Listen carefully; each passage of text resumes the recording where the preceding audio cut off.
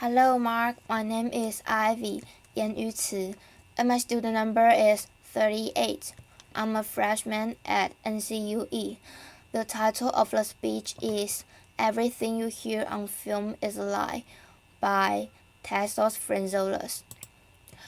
I want to start by doing an experiment. I'm going to play 3 videos of a rainy day, but I've replaced the audio of one of the videos, and instead of the sound of rain, I've added the sound of bacon frying. So I want you to think carefully which one the clip with the bacon is. Rainfalls, rainfalls, rainfalls. Alright, actually I lied. They're all bacon. Bacon sizzles. Applause. My point here isn't really to make you hungry every time you see a rainy scene, but it's to show that our brains are conditioned to embrace the lies. We are not looking for accuracy. So on the subject of deception, I wanted to quote one of my favorite authors. In The Decay of Lying, Oscar Wilde establishes the idea that all bad art comes from copying natural and being realistic, and all great art comes from lying and deceiving, and telling beautiful untrue things.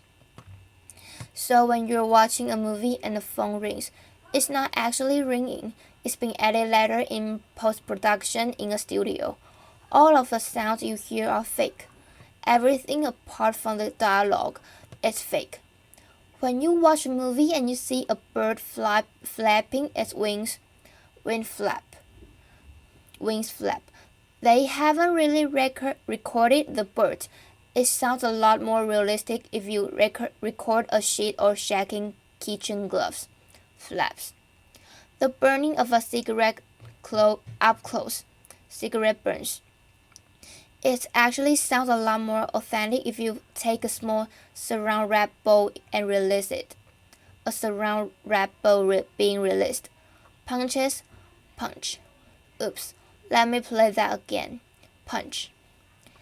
That's often done by sticking a knife in vegetables, usually cabbage. Cabbage stab it with a knife.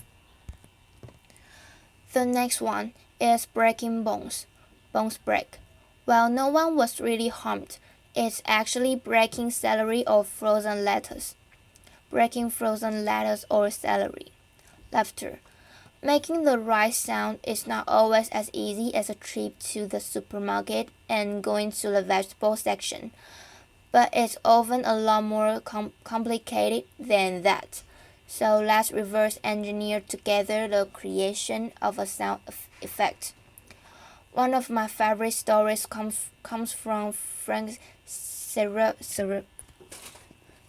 Serafini. He's a contributor to our library and a great sound designer for Tron and Star Trek and others. He was part of the Paramount team that won the Oscar for Best Sound for The Hunt for Red October. In this Cold War classic in the 90s, they were asked to produce the sound of the propeller of a submarine. So they had a small problem. They couldn't really find a submarine in West Hollywood. So basically, what they did is they went to a French swimming pool and Frank performed a cannonball or a bomba. They placed an underwater mic and an overhead mic outside the swimming pool. So here's what the underwater mic sounds like. Underwater plunge. Adding the overhead mic, it sounded a bit like this. Water splashes. So now they took the sound and pitched it 1 octave down, sort of like slowing down a record. Water splashes at lower octave. And then they removed a lot of the high frequencies. Water splashes. And pitched it down another octave. Water splashes at lower octave. And then they added a little bit of the splash from the overhead microphone. Water splashes.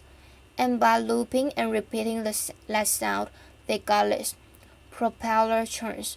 So creativity and technology put together in order to create the illusion that we're inside a submarine. But once you've created your sounds and you've sync them to the image, you want those sounds to live in the world of the story. And one of the best way to do that is to add reverb. So this is the first audio tool I want to talk about. Reverberation or reverb is the persistence of the sound after the original sound has ended. So it's sort of like all the reflections from the materials, the objects and the walls around the sound.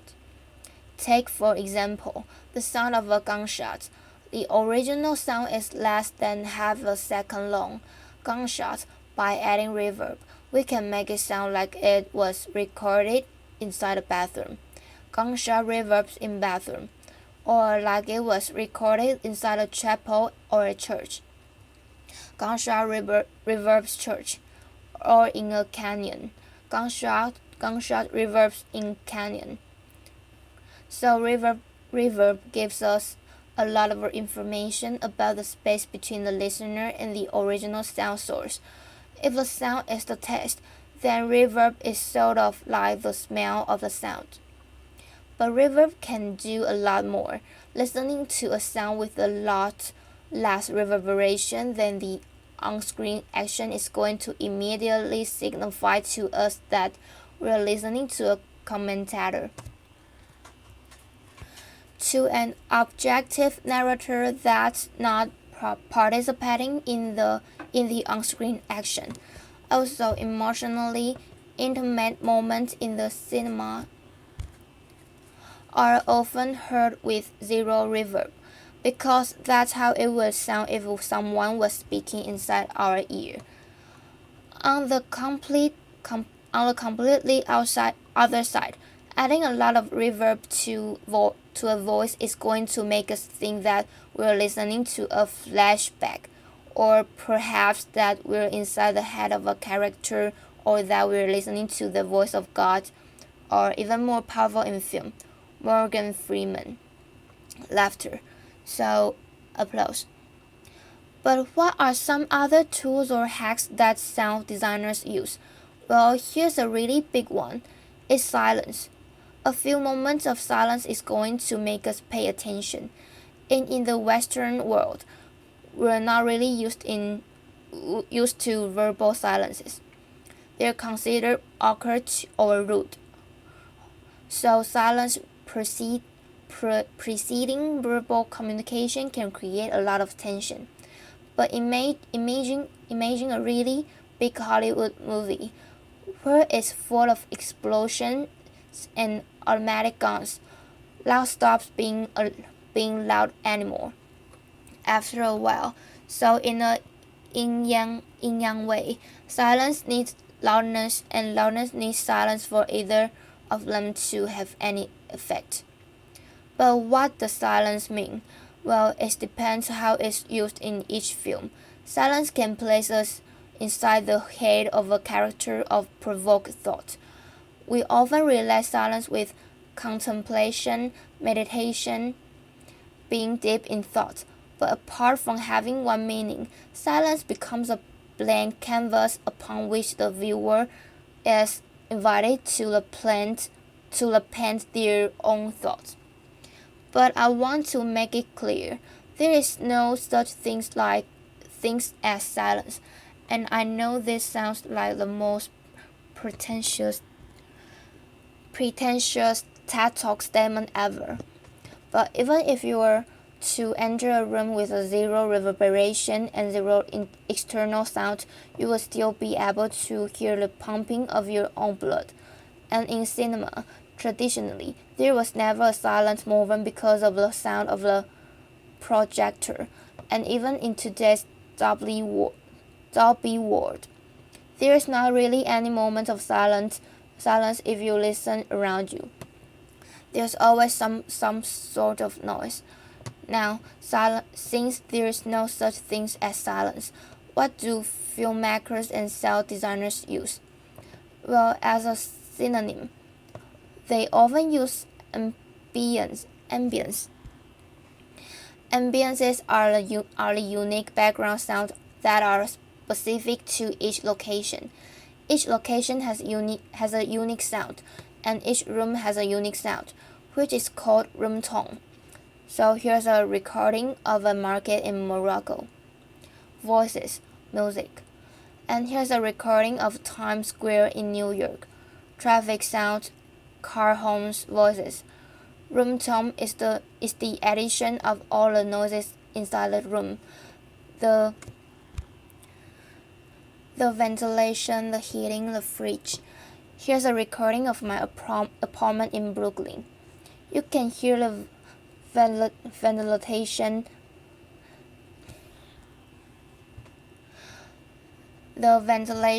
the boiler, the fridge, and street traffic. Ambiences work in a most primal way. They can speak directly to our brain subconsciously. So birds chirping outside your window may indicate normality, perhaps because as a species, we've been used to that sound every morning for millions of years. Birds chirp. On the other hand, industrial sounds have been introduced to us a little more recently, even though I really like them personally. They've been used by one of my heroes, David Lynch, and his sound designer, Alan Splett. Industrial sounds often carry negative connotations.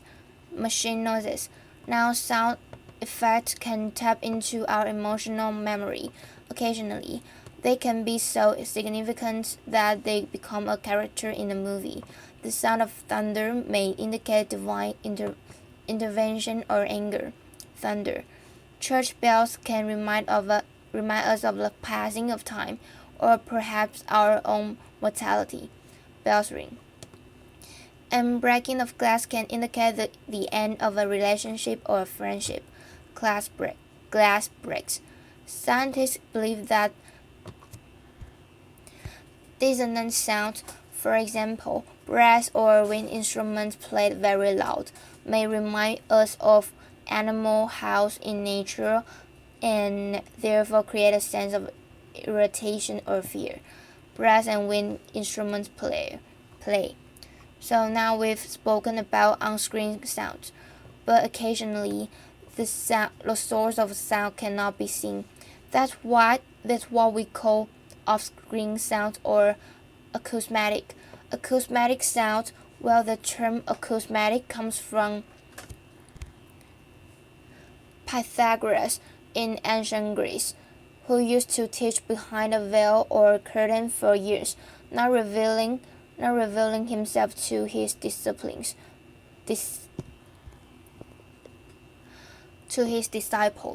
I think that mathematician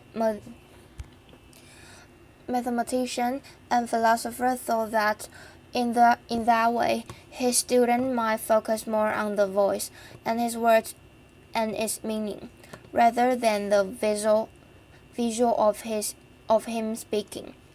So sort of like the Wizard of Oz or 1984's Big Brother. Separating the voice from its source, separating cause and effect sort of creates a sense of ubiquity or panopticism, and therefore authority. There is a strong tradition of acousmatic sound. Nuns in monasteries in Rome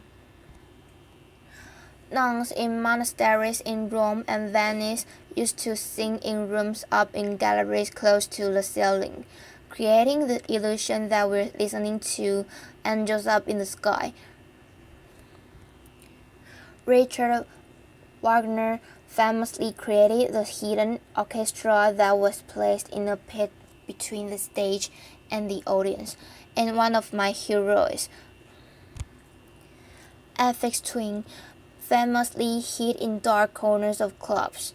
I think what all these masters knew is that by hiding the source, you create a sense of mystery. This has been seen in cinema over and over with Hitchcock and Ridley Scott in Alien. Hearing a sound without knowing its source is going to create some sort of tension. Also, it can minimize certain visual restrictions that directors have and can show something that wasn't there during filming. And if all this sounds a little theoretical, I wanted to play a little video. Toy squeaks, typewriting, drums, ping pong, knives being sharpened, record scratches, saw cuts, woman screams. What I'm sort of trying to demonstrate with these tools is that sound is a language. It can trick us by transporting us geographically. It can change the mood. It can set a place. It can make us laugh or it can make us scared. On a personal level, I fell in love with that language a few years ago and somehow managed to make it into some sort of profession. And I think with our work through the sound library, we're trying to kind of expand the vocabulary of that language. And in that way, we want to offer the right tools to sound designers, filmmakers, and video game and app designers to keep telling even better stories and creating even more beautiful lives. So, thanks for listening. Applause.